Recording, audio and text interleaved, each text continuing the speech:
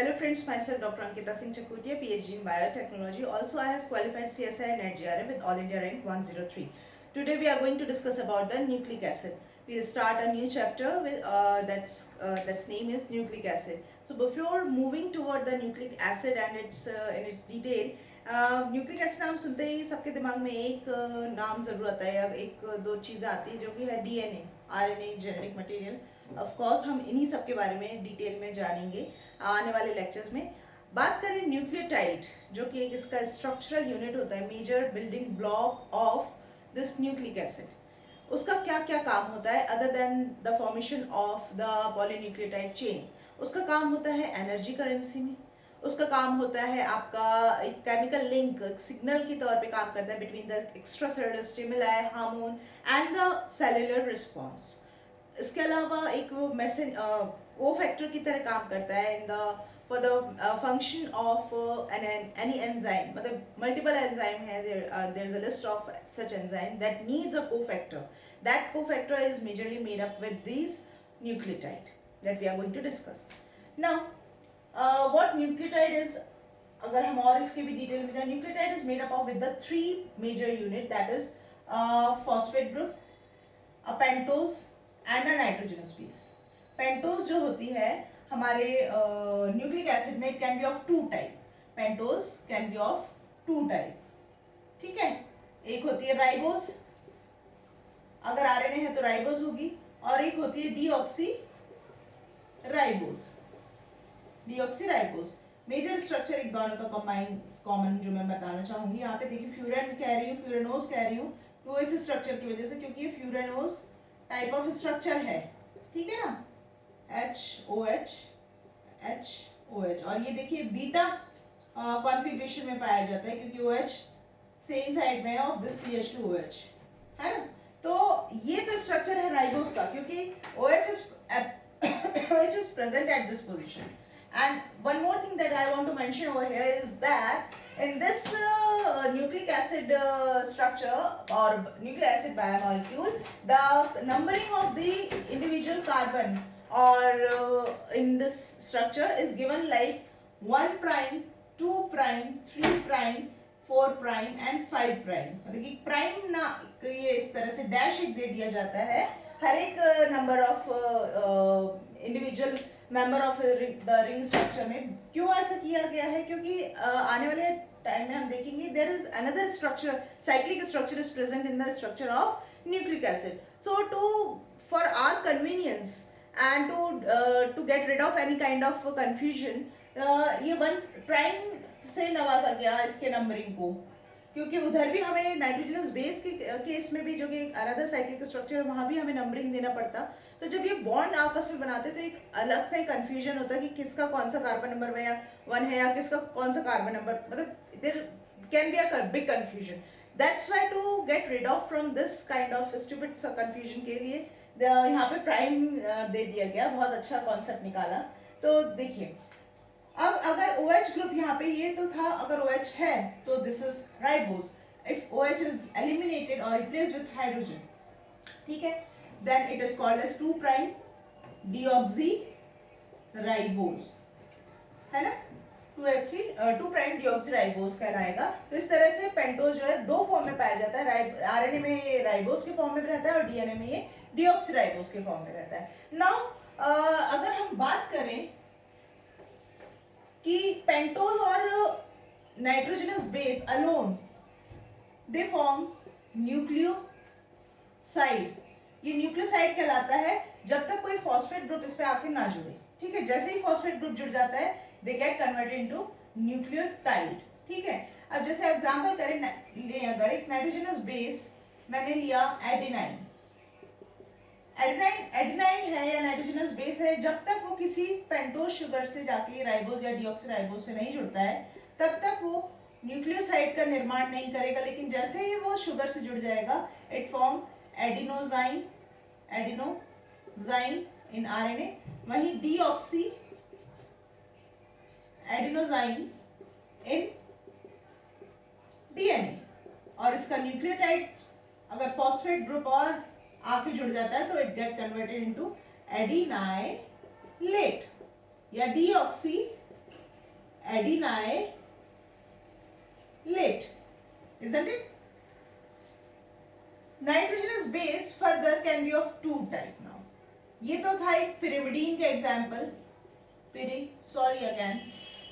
Purine का example, बड़ा confusion हो जाता है मेरे को, और दूसरी कैटेगरी बनाता है pyrimidine. pyrimidine में अगर मैं एग्जाम्पल लूं साइटोसिन का, cytosine is a nitrogenous base that comes under pyrimidine category. Its nucleoside can be called as cytidine और deoxy, वही डीएनए में अगर है तो deoxycytidine, deoxyराइबोज अगर जुड़ता है तो deoxycytidine कहलाएगा, या cytidylate या deoxycytidylate. ठीक है, तो ये pyrimidine nitrogenous can be of two type, purine and pyrimidine. Purine और pyrimidine के दो एग्जाम्पल मैंने आपको बताया कि प्यूरिन में एडेनाइन जो है वो प्यूरिन बनाता है और pyrimidine के केस में साइटोसिन एक एग्जाम्पल है. नाउ उनका नॉमेनक्लेचर भी हमने देख लिया. न्यूक्लियोसाइड अगर होगा जो लाइक आपका केवल एक फ्यूरेनोज आके जुड़ता है तो न्यूक्लियोसाइड बनाता है और नॉमेनक्लेचर कुछ इस तरह से होता है, लेकिन न्यूक्लियोटाइड आते ही YLATE आ जाता है, रिप्लेसिंग ओ साइन रिप्लेस करके आइलेट आ जाता है. ठीक है, नाउ थोड़ा सा नाइट्रोजनस बेस की भी डिटेल में अगर हम बात करें, नाइट्रोजनस बेस कितने तरह के होते हैं. नाइट्रोजनस बेस शॉर्ट में लिखूंगी मैं, प्यूरिन एंड पाइरिमिडीन. ठीक है, purine again of two type and they are nine membered heterocyclic structure होते हैं और एडेनाइन एंड ग्वानाइन ये दो कैटेगरी पाए जाते हैं और ये होते हैं 6 मेंबर्ड. ठीक है, ये भी हेटेरोसाइक्लिक होते हैं. इसमें 3 आते हैं, that is cytosine, thymine and uracil. Cytosine, thymine and uracil. Uracil और थायमिन के मेनली देखिए ये तो कॉमन है, A G and C are common. ये तीनों दोनों ही स्ट्रक्चर में डीएनए हो चाहे आरएनए तीनों में पाए जाएंगे तीनों बेस. लेकिन थायमिन जो होगा वो specific for DNA and uracil is specific for RNA. ठीक है, लेकिन ऐसा हो सकता है बिकॉज ऑफ डीएमिनेशन या डीएनए फॉर्मेशन के टाइम में या किसी और वजह से thiamine may get converted into uracil by deamination, but it doesn't mean that complete structure will get converted into RNA in that case. No, because the dependency of the formation or type of nucleic acid is totally depend on ribose sugar. It's not the bases. ठीक है, तो exam में अगर question आ जाए कि which factor is responsible for the type of nucleic acid, nitrogenous base, phosphate group presence, the furanose sugar, none of the above. तो furanose sugar पे आप प्लीज क्लिक कीजिएगा क्योंकि furanose sugar ही होती है जो कि deoxyराइबोज या राइबोज की वजह से हमारे दो तरह के न्यूक्लिक एसिड का निर्माण करती है. ठीक है, हाँ, तो अब हम बात करें कि क्या पॉलीन्यूक्लियोटाइड चेन में किस तरह से फॉर्मेशन होता है. देखिए यहाँ पे थोड़ा सा आपको अभी नहीं समझ में आ रहा, मैं एक एक स्टेप करके क्लियर करती हूँ. ये जो है ये एक हेटेरोसाइक्लिक स्ट्रक्चर जो कि 9 मेंबर्ड है. देखिए यहाँ से नंबरिंग इसकी शुरू हो रही है 1 2 3 4 5 6 7 8 9. ये एक 9 मेंबर्ड हेटेरोसाइक्लिक स्ट्रक्चर दिख रहा है क्योंकि नाइट्रोजन भी प्रेजेंट है अलॉन्ग विद कार्बन. और ये है हमारा अकेले अगर हम इसकी बात करें तो ये है हमारा एडेनाइन. ठीक है, लेकिन यही एडेनाइन जब एक शुगर मोइटी से आके जुड़ जाता है कार्बन नंबर 1 प्राइम कार्बन पे तो ये बन जाता है एडिनोजाइन. और ये जो बॉन्ड जो है इनके बीच में 9th nitrogen and first carbon के बीच में it is an glycosidic bond. देखिए ग्लाइकोसिडिक बॉन्ड तो रहेगा ही रहेगा क्योंकि शुगर मोइटी से जुड़ रहा है. ग्लाइकोसिडिक बॉन्ड हर वो बॉन्ड जिसमें एक मोइटी अगर शुगर है that is called as glycoside, that bond is called glycosidic bond.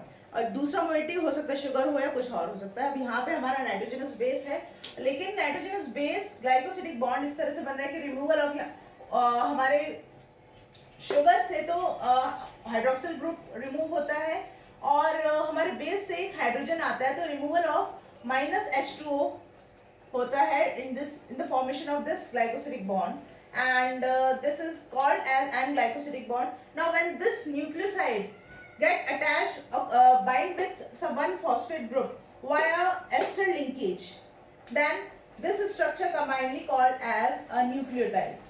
Agree? अभी हमने थोड़ी देर पहले ही हमने बात की है इसके बारे में। तो ये बना है हमारा adenylate, that two deoxy adenylate, क्योंकि देखिए OH नहीं है यहाँ पे, है ना। अब क्या है, 5 प्राइम पे हमने देखा कि फॉस्फेट ग्रुप जुड़ा है, 1 प्राइम पे नाइट्रोजनस बेस जुड़ा है, लेकिन सेम न्यूक्लियोटाइड में शुगर पे 3rd प्राइम कार्बन पे एक और इसी तरह का न्यूक्लियोटाइड आता है और एक फॉस्फोडाइएस्टर लिंकेज के थ्रू यहाँ पे इस मोइटी पहले न्यूक्लियोटाइड से जुड़ जाता है आगे।